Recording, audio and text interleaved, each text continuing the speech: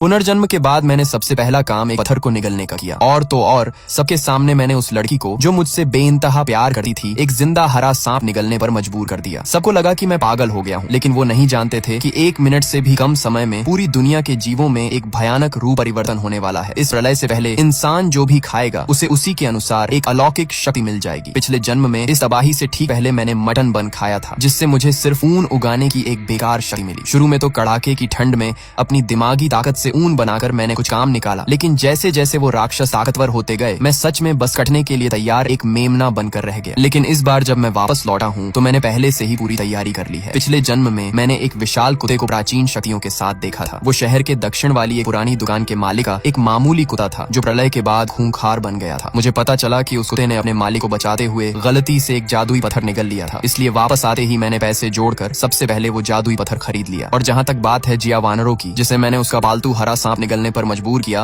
वो इसीलिए क्योंकि वो सच में मुझसे प्यार करती थी। पिछले जन्म में प्रलय आने पर उसने मेरा साथ कभी नहीं छोड़ा। उसके पास खुद को बचाने के लिए बर्फ की एक शक्तिशाली ताकत थी जिससे वो आसानी से इस तबाही में जिंदा रह सकती थी। फिर भी वो मुझ जैसे कमजोर इंसान को बचाते बचाते मेरे साथ ही मारी गई। इसलिए इस बार मेरा फर्ज है कि मैं उसे सबसे शक्तिशाली बनाऊं। पिछले जन्म में उसका ये हरा सांप रूप बदलकर एक भयंकर ड्रैगन बन गया था। अगर वो दुकान के उस कुत्ते से लड़ाई में नहीं हारता तो वो भविष्य में एक महान ड्रैगन बन सकता था। और इसे जिंदा निगलने की वजह ये है कि पिछले जन्म के तजुर्बे से मुझे पता था कि जिंदा निगलने से ही सबसे बेहतरीन ताकत मिलती है। अगर मेरे इस जादुई पत्थर के 2 टुकड़े हो सकते तो मैं आधा हिस्सा उसे दे देता, लेकिन अब ये ड्रैगन की ताकत भी उसकी पिछले जन्म की बर्फ की ताकत से कई गुना ज्यादा शक्तिशाली होगी।